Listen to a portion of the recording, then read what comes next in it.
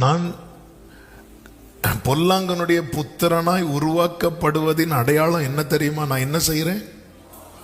பாவம் செய்யறேன். நான் திரிகையில் இருக்கிறேன். எந்த திரிகையில் இருக்கிறேன்? தேவனுடைய திரிகையில் இருக்கிறேனா, பிசாசினுடைய திரிகையில் இருக்கிறேனா? ஆமே. நம்ம கேட்டா உருவாக்கப்படுறோம். என்ன உருவாக்கப்படுறோம்? உருவாக்கப்படுவதனுடைய ராஜ்யத்தின் புத்திரராய் உருவாக்கப்படுகிறவன் பாவத்தை விட்டு விலகுவான். ஒருத்தர் பாவம் செய்யறான் அப்படின்னாலே அவனை யார் உருவாக்கிட்டு இருக்கிறா தெரியுமா? பிசாசானவன் உருவாக்கி கொண்டிருக்கிறான். பாவம் செய்கிறவன். ஏனெனில் பிசாசானவன் ஆதி முதல் பாவம் செய்கிறான். பிசாசினாலே யார்தான்?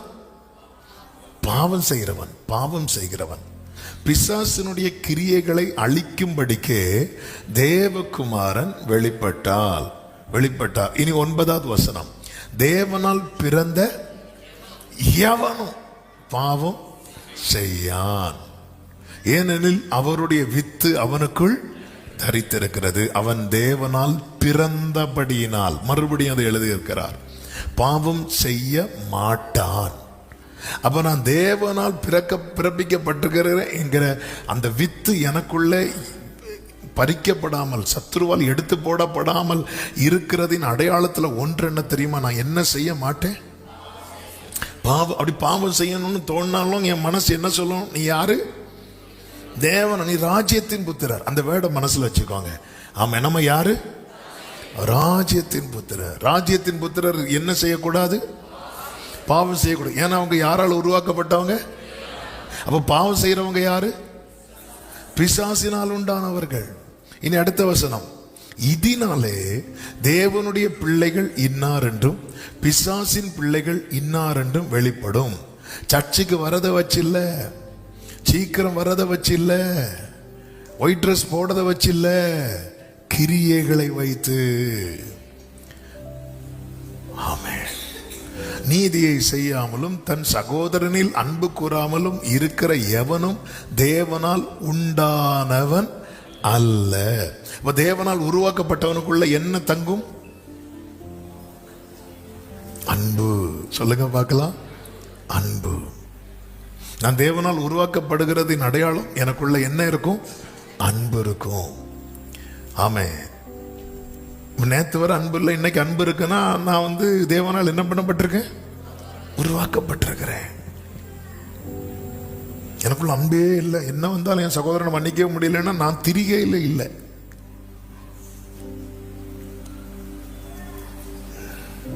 அன்பு தாழ்ச்சி இருக்குதா?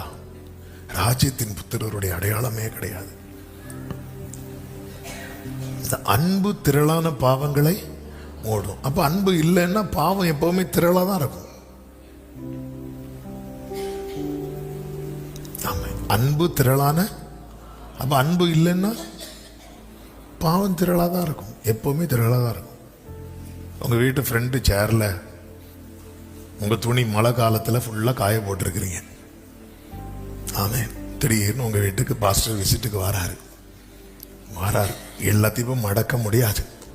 அந்த டைம் ஒரு பெரிய ஷீட்டு இருந்துச்சுன்னா என்ன பண்ணலாம்? இதை மூடி போடலாம். நம்ம நேரத்துக்கு ஷீட்டும் இல்லை. அப்போ என்ன பண்ண முடியாது?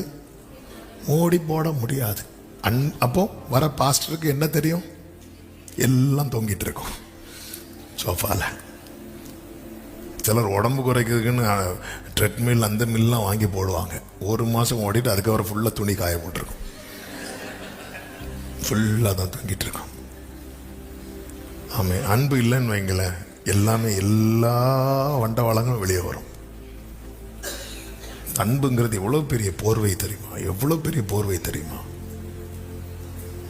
நான் தேவனால் உருவாக்கப்படுறேன்னா இல்லை என்பதை அறிவது நான் பேசுகிற அந்நிய பாஷை அல்ல, அது வரம். என்னில் வெளிப்படுகிற இந்த உருவாக்குற அவர் பாருங்க.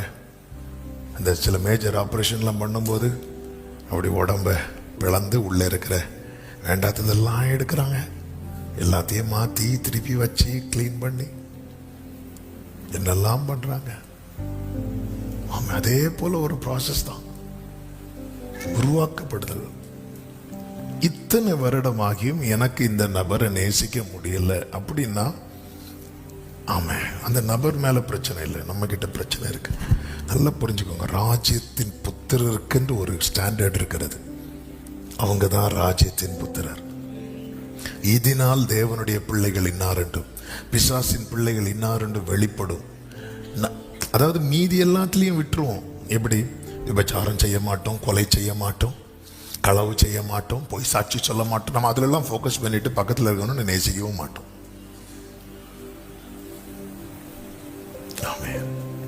11 சொல்ற 12 சொல்றார், பொல்லாங்கனால் உண்டாயிருந்து தன் சகோதரனை கொலை செய்த காயினை போல இருக்க வேண்டாம். அவன் எது நிமித்தம் அவனை கொலை செய்தான்?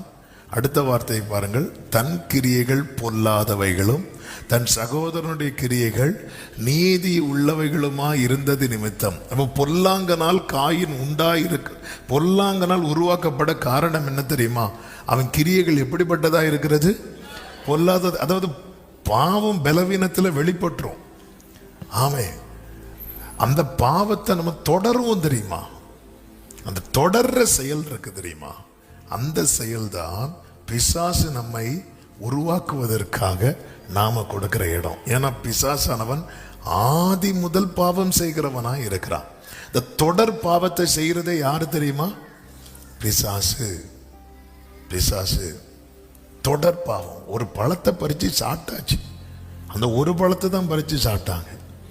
பிள்ளைங்க 2 பேரும் தேவ சமூகத்தில் பலி செலுத்த போறாங்க. அப்போ அந்த பெற்றோர் எவ்வளவு காரியத்தை அந்த பிள்ளைங்களுக்குள்ள ஃபீட் பண்ணியிருப்பாங்க பாருங்க.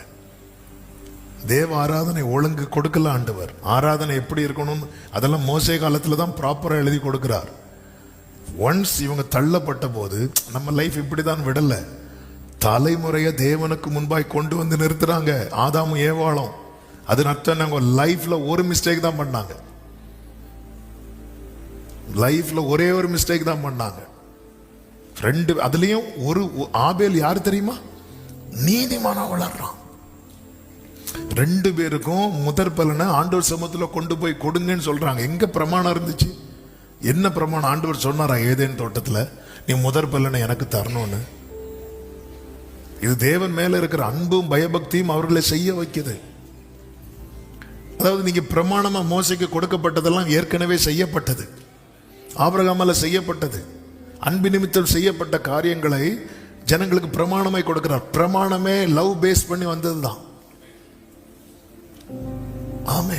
அப்போ அந்த பெற்றோர் ஒரு தப்பு தான் பண்ணாங்க, ஒரு பழத்தை பறிச்சாங்க. நம்ம அவ்வளவு பழத்தையும் பறிக்கிறோம். ஆமே, இவ்வளவுதான் நான் கேட்கிறோம். எல்லா பழத்தையும் பறிக்கிறோம். 2 பிள்ளைகளை தேவ சமூகத்தில் கொண்டு வந்து நிறுத்துறாங்க. காயின் என்னதான் பொல்லாங்கனால் உண்டாயிருந்தாலும் அவன் கரெக்டா எங்க தான் வந்து நிக்கிறான்? தேவ சமூகத்தில். அதுவும் முதற் பலனை கொண்டு வந்து நிற்கிறான். ஆனாலும் அவன் கிரியையை மாற்ற அவனுக்கு மனம் இல்லாமல் இருந்ததுனால அவன் யாரால உருவாக்கப்பட்டுட்டான்னா? பொல்லாங்கனால. பொல்லாங்கனால உருவாக்கப்பட்டவன் அவன் தேவ சமூகத்தில் வந்தாலும் பெஸ்ட் காணிக்கையே கொண்டு வந்தாலும் அவன் பரலோக பார்வையில் கோதுமை கிடையாது. அவன் யாருதான்?